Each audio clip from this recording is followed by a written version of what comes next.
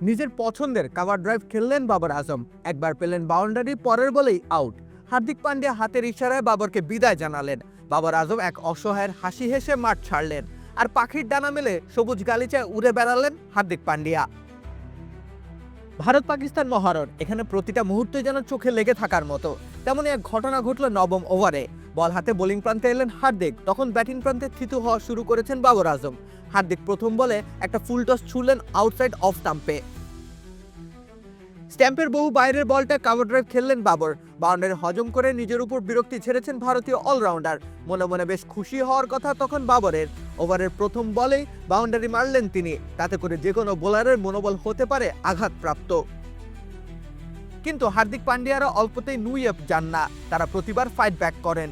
এবারও হলো তাই, পরের বলটাই করলেন অফ স্টাম্প চ্যানেলের চতুর্থ স্ট্যাম্পে। সেই লাইনের বলটাও কাভার ড্রাইভ খেলতে চাইলেন বাবর, কিন্তু এ দফা আর ব্যাটে বলের সংযোগ হলো না।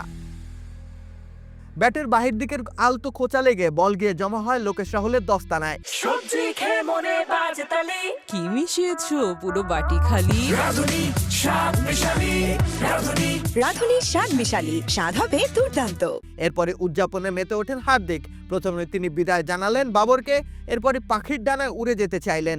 বাবর হার্দিক লড়াইয়ের শেষ হাসিটা হেসেছেন হার্দিক পান্ডিয়া। এমন ছোট ছোট ব্যাটেলই ভারত পাকিস্তান হাই ভোল্টেজ ম্যাচকে আরও বেশি রোমাঞ্চিত করে তোলে। রাকিব হোসেন রুম্মান, খেলা ৭১।